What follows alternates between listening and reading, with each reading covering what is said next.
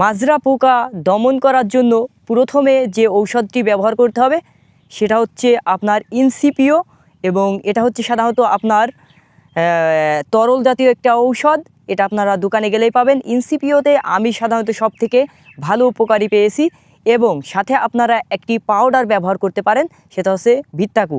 এই ভিত্তাকু সাধারণত আপনারা কতটুকু ব্যবহার করবেন, সাধারণত যদি আপনি 1 বিঘা জমি থাকে তাহলে আপনি 1 প্যাকেট দিতে পারেন ভিত্তাকু, এবং এই ভিত্তাকু ওষুধটা আপনি সাধারণত গুলিয়ে দিবেন।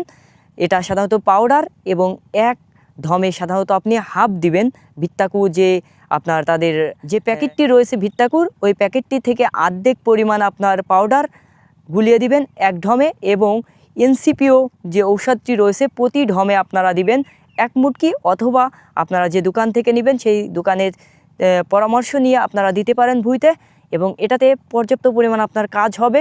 আমি বেশ কিছু বছর ধরে কিন্তু এই ঔষধগুলো প্রয়োগ করছি, এবং ভালো কিন্তু ফলন এসেছে।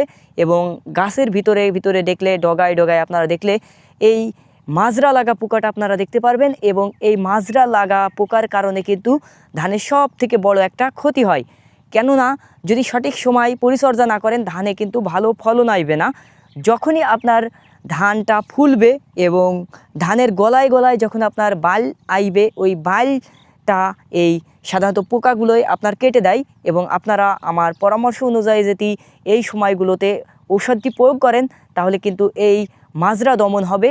ধানের প্রধান মারাত্মক রোগ সেটা হচ্ছে মাজরা, এজন্য মাজরা প্রতিরোধ করতে হবে, এবং এই ঔষধগুলো আপনারা প্রয়োগ করলে আপনার জমিতে মাজরা কম লাগবে, প্লাস আপনার জমির ধানের পরিমাণটা বেশি হবে, এবং আপনি ভালো একটা ফলন পাবেন। সকলেই আমাদের জন্য দোয়া করবেন যাতে আপনাদের কৃষি বিষয়ক নতুন কোনো সমস্যার সমাধান নিয়ে আসতে পারি। তো আল্লাহ হাফেজ, আসসালামু আলাইকুম।